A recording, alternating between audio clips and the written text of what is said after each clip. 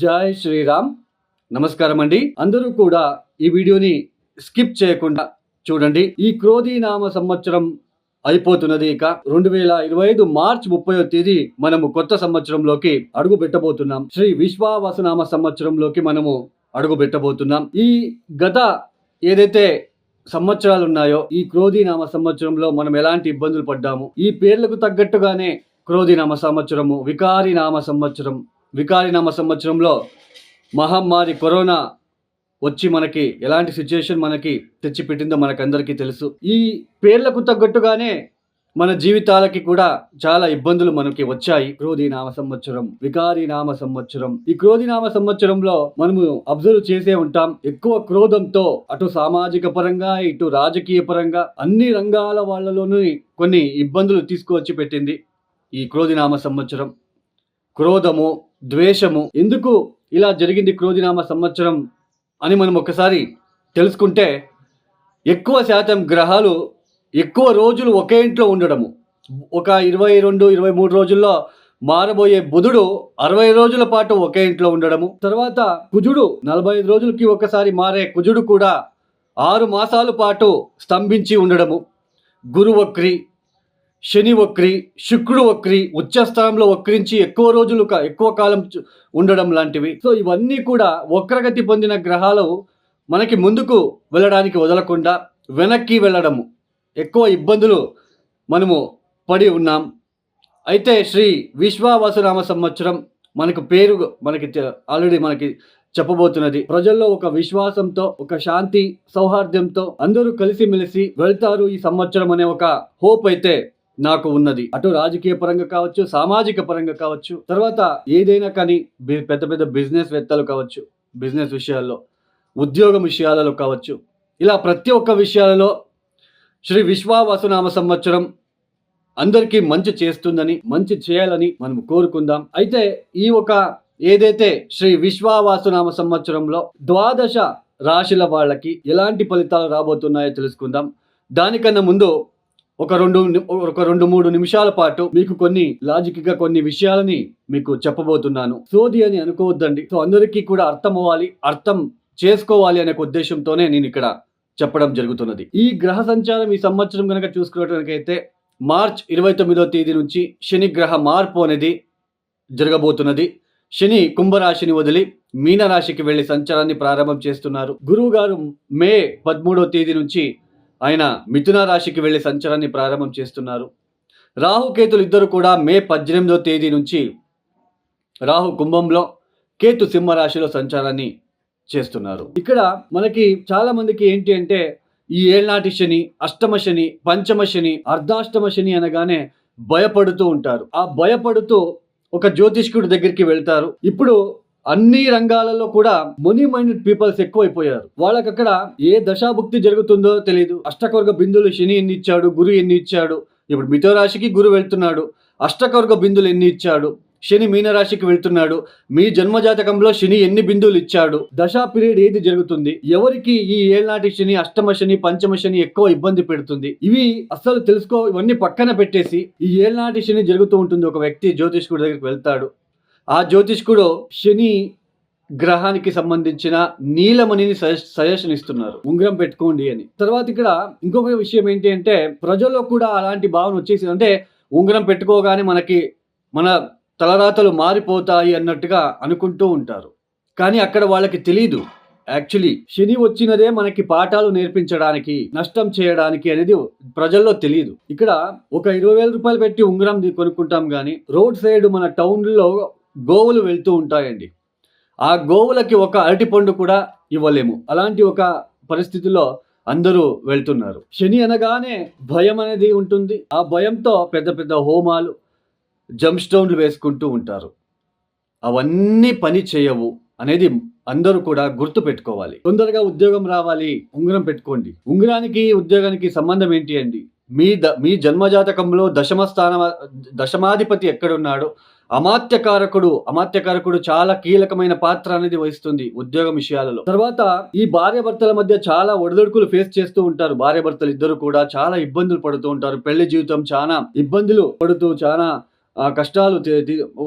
కష్టాలతో వెళ్తూ ఉంటారు. ఇక్కడ ఒక చిన్న లాజిక్ ఉంటుంది.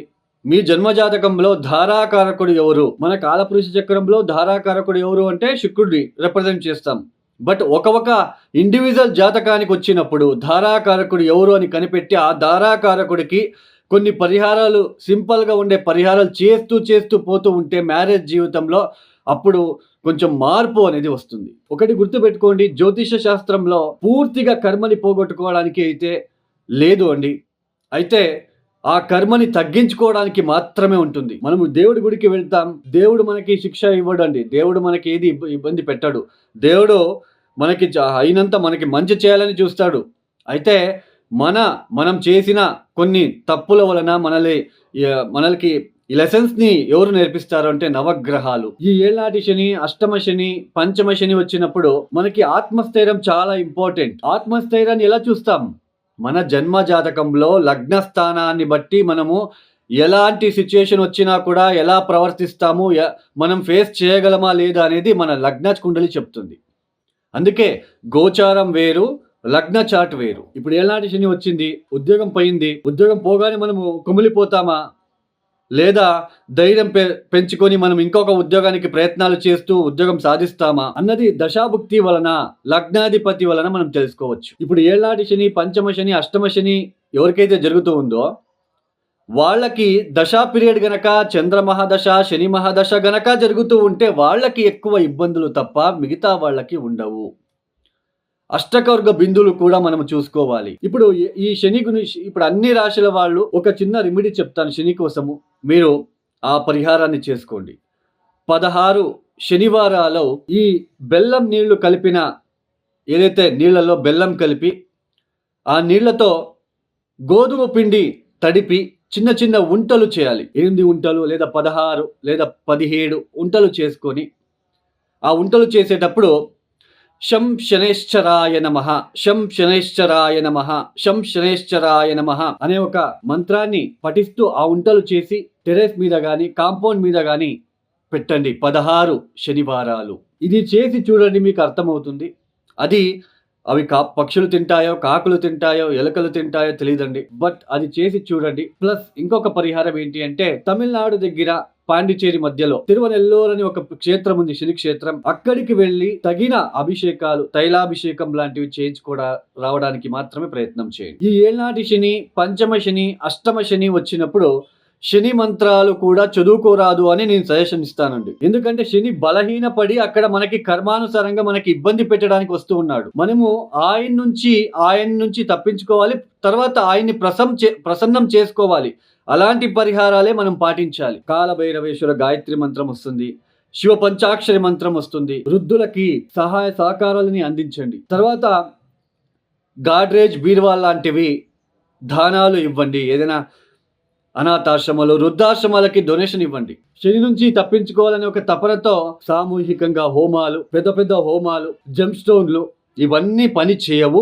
బాగా గుర్తు పెట్టుకోండి. పరిహారాలు అనగానే ఇవి కాదండి, వందల కొద్ది సింపుల్ రెమెడీస్ ఉన్నాయి. చాలా సులభమైన పరిహారాలు ఉన్నాయి, అవి చేస్తే చాలు. ఫర్ ఎగ్జాంపుల్, ఒక 108 రోజులు సాయంత్రం పూట ప్రదోష కాలంలో ఒక నువ్వుల ఒత్తి వెలిగించి శివ పంచాక్షరి మంత్రం 1000 సార్లుకి తక్కువగా చదువుకోకుండా ఒక 1000 సార్లు పైన చదువుకొని రండి. ఒక 108 రోజులు వరుసన చేయండి చాలు. ఎంత పాజిటివ్ ఎనర్జీ వస్తుందో చూడండి. సో గోచారం వేరు, మనకి జన్మ జాతకం వేరు. గోచారంలో శని బలము, ఇట్లా శని, ఏళ్ళనాటి శని, పంచమ శని, అష్టమ శని వచ్చినప్పుడు మనకి ఇబ్బంది పెట్టడానికి వచ్చినప్పుడు మనం ఎలా రియాక్ట్ అవుతాం, మనం ఎలా ఫేస్ చేస్తాము, మనము ఫేస్ చేయగలమా అని ఎక్కడ చూస్తాం, ఎలా చూస్తామంటే మీ జన్మ జాతకంలో లగ్న కుండలి బట్టి, దశా పీరియడ్ బట్టి చూస్తాం. సో ఇది అందరికీ అర్థం అవ్వాలనే ఒక ఉద్దేశంతో మీకు చెప్పడం జరిగింది. ఇక ఇండివిజువల్ రాశికి ఫలితాలు ఏదైతే చెప్పడం జరుగుతున్నదో, తర్వాత పరిహారాలు ఏదైతే నేను చెప్తున్నానో వాటిని మీరు పాటించుకుంటూ వెళ్ళండి. ఈ శనికి సంబంధించిన పరిహారాలు ఏదైతే బెల్లం నీళ్లు, గోధుమ పిండి మిక్స్ చేసి ఉంటలు చేసి 16 శనివారాలు టెరెస్ మీద పెట్టమని చెప్పాను. తర్వాత తిరువనెల్లూరు క్షేత్రానికి ఒకసారి వెళ్ళి రండి. ఫిబ్రవరి, మార్చ్, ఏప్రిల్, మే, జూన్, జూలై ఈ టైంలో మీకు ఎప్పుడైతే అప్పుడు ఒకసారి వెళ్ళి ఆయన్ని చూసుకొని దర్శనం చేసుకొని రండి. అంతే తప్ప ఈ ఏళ్ళనాటి శని, పంచమ శని, అష్టమ శని వచ్చినప్పుడు నేను చెప్పేది ఏంటి అంటే శని మంత్రం చదువుకోవద్దు. దాని బదులుగా శివ పంచాక్షరి మంత్రాన్ని చదువుకోండి. మనకి ఇబ్బంది పెట్టడానికి వచ్చి ఉన్నాడు కాబట్టి ఆయనకి ఒకసారి పెద్దగా ఏదైనా క్షేత్రానికి వెళ్ళి, ఆయనకు సంబంధించిన క్షేత్రానికి వెళ్ళి తైలాభిషేకం లాంటివి చేయించుకొని వచ్చిన తర్వాత మీరు ప్రతిరోజు శివ పంచాక్షరి మంత్రము ఇలాంటివి చేసుకుంటూ వెళ్ళండి. ఖచ్చితంగా రిలీఫ్ అనేది వస్తుంది. తర్వాత ఇంకా కొంతమంది ఏం చేస్తుంటారు అంటే నవగ్రహాలు ఎక్కడుంటారో అక్కడ వెళ్ళి శనిని తాకి మీరే ఆ తైలాభిషేకం చేస్తూ ఉంటారు. అలా చేయకండి. బ్రాహ్మణుడితో చేపించాలి, పంతులతో చేపించాలి. పంతులని అయ్యా ఒక రిక్వెస్ట్ రూపంలో అడిగించి చేపించుకోండి, మీరు చేయకండి. సో మీకు అర్థమైంది అని భావిస్తున్నాను. ఇక ద్వాదశ రాశి వాళ్ళకి ఒక్కొక్క రాశి గురించి నేను ఎక్స్ప్లెయిన్ చేసి రెమెడీస్ ఇస్తాను, అవి చేసుకుంటూ వెళ్ళండి. అలాగే ఎవరికైనా పర్సనల్ ఆస్ట్రాలజీ కన్సల్టేషన్ కావాలనుకున్న వాళ్ళు డిస్ప్లే అవుతున్న నంబర్కి మీరు నేరుగా కాల్ చేయండి. మీరు ప్రాబ్లమ్స్ ఏమీ చెప్పుకోరాదు నా దగ్గర. నాకు కావాల్సింది డేట్ ఆఫ్ బర్త్, టైమింగ్స్, ఎక్కడ పుట్టారో మాత్రమే కావాలి. నేనే ఎక్స్ప్లెయిన్ చేస్తాను ఏ ప్రాబ్లంలో మీరు ఉన్నారు, ఎక్కువ ఏ విషయాల్లో మీరు ఇబ్బందులు పడుతూ వస్తున్నారు, మీ టోటల్ జాతకంలో ఏ ప్లానెట్కి మీరు ఎక్కువ రెమెడీస్ చేసుకుంటే మీ జీవితంలో కొంచెం బాగుంటుంది, రాబోయే రోజులు ఎలా ఉంటాయి, ఇలా ప్రతి ఒక్కటి ఎక్స్ప్లెనేషన్ చేసిన తర్వాత మీరు ఏదైనా క్వశ్చన్స్ అడగవచ్చు. స్వయంగా నేనే మీకు కాల్ పిక్ చేస్తాను. మీకు ఎవరికైనా పర్సనల్ ఆస్ట్రాలజీ కన్సల్టేషన్ కావాలనుకున్న వాళ్ళు కింద డిస్ప్లే అవుతున్న నెంబర్కి నేరుగా నాకు కాల్ చేయండి. ఇక ద్వాదశ రాశిల వాళ్ళకి ఎలాంటి ఫలితాలు ఉన్నాయో ఒక్కొక్క రాశి గురించి మనము చూసుకుంటూ వెళ్దాం. శ్రీ విశ్వావసునామ సంవత్సరంలో కర్కాటక రాశి వాళ్ళకి ఎలాంటి ఫలితాలు రాబోతున్నాయో తెలుసుకుందాం. ఈ కర్కాటక రాశి వాళ్ళకి ఈ గత 2.5 సంవత్సరాలు కూడా ఏదైతే అష్టమ శని దోషం నుంచి ఇబ్బందులు పడుతూ వస్తున్నారో, ఇక మీద యుగాది రోజు నుంచి కూడా శని అష్టమ నుంచి నవమానికి వెళ్ళి సంచారాన్ని ప్రారంభం చేయబోతున్నారు. అంటే అష్టమ శని గ్రహ దోష మీకు ఉండదు ఇక మీద. ఇన్ని రోజులు ఏదైతే ఆర్థిక, ఉద్యోగ విషయాలలో, ఆరోగ్య విషయాలలో, కుటుంబ రీత్యా ఏదైతే ఇబ్బందులు పడుతూ వస్తున్నారో అవన్నీ ఇక తగ్గుముఖమవుతాయి. తర్వాత గురువు గారు లాభస్థానంలో సంచారం ఏదైతే మే 13వ తేదీ వరకు లాభస్థానం, తదుపరి వ్యయస్థానానికి వచ్చి సంచారాన్ని ప్రారంభం చేయబోతున్నారు. గురుబలం ఇక మీద కర్కాటక రాశి వాళ్ళకి వెళ్ళిపోతూ ఉన్నది. ఇక రాహు కేతులుగా మనం చూసుకుంటే కేతువు ద్వితీయ స్థానంలోను, రాహు అష్టమ స్థానంలోను సంచారం చేయబోతున్నారు. ఈ మొత్తానికి ఈ గ్రహ సంచార రీత్యా కర్కాటక రాశి వాళ్ళకి, ముఖ్యంగా ఈ కర్కాటక రాశిలో లక్షల మంది ఉంటారు, అందరికీ సేమ్ ఫలితాలు ఉండవు. జాగ్రత్తగా అంటే ఇది గుర్తు పెట్టుకోండి, అందరికీ సేమ్ ఫలితాలు రావు. అయితే నవమ స్థానంలో ఏదైతే శని సంచారం ఉందో, ఆ నవమ స్థానంలో ఏదైతే మీనరాశికి వెళ్లి సంచారాన్ని ప్రారంభం చేయబోతున్నారు కదా, ఆ మీనరాశిలో శని గ్రహానికి శత్రు గ్రహాలు ఎవరైనా ఉన్నారో చూసుకోండి. ఏ కుజుడో, ఏ కేతువో, ఏ సూర్యుడో గనక ఉంటే ఎడ్యుకేషన్ రీత్యా ఆటంకాలు ఏర్పడడానికి అవకాశాలు ఉంటాయి. ప్రయాణాల్లో ఒత్తిడులు ఏర్పడుతూ ఉంటాయి. తండ్రికి ఆరోగ్య సమస్యలు వచ్చే సూచనలు ఉంటాయి. నవమస్థానంలో శని అనగానే కొంచెం తండ్రికి ఇబ్బందులు వచ్చే సూచనలు ఖచ్చితంగా ఉంటాయండి. మీరు కావాలంటే చూసుకోవచ్చు. అయితే శనికి శత్రుగ్రహాలు ఉంటే అవి ఇంకా ప్రాబ్లమ్స్ ఎక్కువ అవుతాయి. ఎలాంటి విషయాలలో? ప్రతి పనిలో కూడా బాగా స్ట్రెస్ పెరుగుతుంది. అదృష్ట పరీక్ష అనేది చెప్తా. ఇక్కడ మనం కొన్నిసార్లు అంటూ ఉంటాం, మనకి కొంచెం అదృష్టం తగ్గింది అన్నట్టుగా. కొంచెం అదృష్ట పరీక్ష లాగా ఉంటుంది ఈ సమయంలో.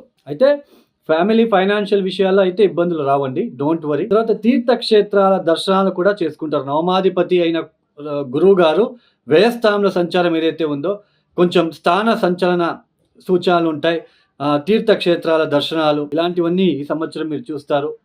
అయితే నవమ స్థానంలో శని గనక మంచి అష్టకొర్గ బిందులు 4, 5, 6 గనక ఇచ్చి అక్కడ శనికి శత్రుగ్రహాలు ఎవరు లేకపోతే ఎక్కువ ఇబ్బందులు అయితే కర్కాటక రాశి వాళ్ళకి ఈ సంవత్సరం ఉండవు. అయినా ద్వితీయ స్థానంలో కేతు మీ అంటే మీ భార్య లేదా మీ భర్త క్లోజ్ రిలేషన్స్తో కొంచెం తగాదాలు, ఇబ్బందులు వచ్చే సూచనలు ఉంటాయి. ఆర్థిక విషయాలలో ఖర్చులు ఎక్కువ అవడము, నోట్ల మాట అంటే సడన్ గా ఏదో ఒకటి అనేయడము, అక్కడ ఇబ్బందులు తీసుకొచ్చి పెట్టడం. ద్వితీయ స్థానంలో కేతు ఉన్నప్పుడు మీ మాట్లాడేటప్పుడు చాలా జాగ్రత్తగా ఉండండి. ఈ సమయంలో మీరు ఎందుకు ఖర్చులు పెడతారో తెలియదు, ఖర్చులు పెరిగిపోతూ ఉంటుంది, ఖర్చులు ఎక్కువ ఉంటాయి ఈ సంవత్సరం. అలాగే కొన్ని పుణ్య కార్యక్రమాలు కూడా మీరు చేయడానికి అవకాశాలు కూడా ఉంటాయి ఈ సంవత్సరం. ఏదైనా టెంపుల్కి డొనేషన్ ఇవ్వడం లాంటిది, ఎవరికైనా సహాయ సహకారాలు అందించడానికి మీకు ఈ సంవత్సరం చాలా బాగా కలిసి వస్తుంది. కుటుంబ విషయాల్లో నోట్లో మాట్లాడేటప్పుడు జాగ్రత్తగా ఉండండి. ర్యాష్ స్పీచ్ వద్దు ఈ సమయంలో. కొన్నిసార్లు భోజనాలు కూడా సరిగ్గా చేయలేకపోతూ ఉంటారు ఈ కర్కాటక రాశి వాళ్ళు, ఎందుకంటే ద్వితీయ భావస్థిత కేతు గ్రహ వలన. అష్టమ స్థానంలో రాహు వస్తున్నాడు కాబట్టి అష్టమ స్థానంలో రాహు అనగానే మీరు ఇబ్బందులు పడకండి. రాహు మహాదశ గనక జరుగుతూ ఉంటే, రాహు భుక్తి గనక జరుగుతూ ఉంటే మీ జన్మజాతకంలో రాహు బాలేకపోతే గనక మాత్రం ఈ సమయంలో ఇబ్బందులు ఫేస్ చేస్తారు. కొంచెం బ్యాక్ పెయిన్ లాంటిది ఇలాంటివి ఫేస్ చేయాల్సిన ప్రమేయం ఉంటుంది. అష్టమ రాహు అనగానే, అష్టమ శని అనగానే భయభ్రాంతికి పోకుండా మీ జన్మజాతకం మ్యాచ్ చేసుకుంటే ఈజీగా ఫలితాలు అనేది ఎలాంటి ఫలితాలు వస్తాయి మనకనేది తెలుస్తుంది. మొత్తానికి ఈ కర్కాటక రాశి వాళ్ళకి గురుబలం ఉండదు. శని మనకి మధ్యస్థంగా ఉంటారు. శని అయితే ఇబ్బంది ఉండదండి. బట్ మీ ఆర్థిక విషయాలలో, ఫ్యామిలీకి సంబంధించిన విషయాలు అయితే శని వలన ఇబ్బందులు రావు. అయితే అక్కడ నవమ స్థానంలో అష్టకర్గ బిందులు ఎన్ని ఇచ్చాడు వాటి మీద డిపెండ్ అవుతుంది. ఈ సమయంలో తండ్రి ఆరోగ్యం విషయంలో, పిత్రార్జిత ఆస్తి విషయంలో కొన్ని ఇబ్బందులు వచ్చే సూచనలు ఉంటాయి. తీర్థక్షేత్రాల దర్శనాలు చేసుకుంటారు, ప్రయాణాలు ఎక్కువ చేస్తారు ఈ యొక్క సంవత్సరంలో. వృత్తి వ్యాపారాల్లో కూడా మీకు కొంచెం బాగానే ఉంటుంది, పెద్దగా డిస్టర్బెన్సెస్ ఉండదు. అయితే హైయర్ ఎడ్యుకేషన్ చేసే వాళ్ళకి కొంచెం డిస్టర్బెన్సెస్ ఏర్పడుతూ ఉంటుంది. ఈ కర్కాటక రాశి వాళ్ళు తప్పనిసరిగా అమ్మవారికి, కాళిక అమ్మవారికి ఎరుపు రంగుల పూలు ఇస్తూ ఉండండి. మంగళవారం ఉలవలని, నానబెట్టిన ఉలవలని బెల్లంతో కలిపి ఎద్దులకి తినిపించండి. వీలైనప్పుడల్లా కాలభైరవేశ్వర గాయత్రి మంత్రం చదువుకోండి. కాలభైరవేశ్వరుడికి నూనెతో అభిషేకము నెలకి 2 సార్లు వచ్చే త్రయోదశి రోజు శివుడికి తైలాభిషేకం చేయించుకోండి. ఈ యొక్క వీడియో మీకు నచ్చితే లైక్ చేయండి, షేర్ చేయండి, సబ్స్క్రైబ్ చేసుకోండి. సర్వే జనో సుఖినో భవంతు. ధన్యవాదములు. జై శ్రీరామ్.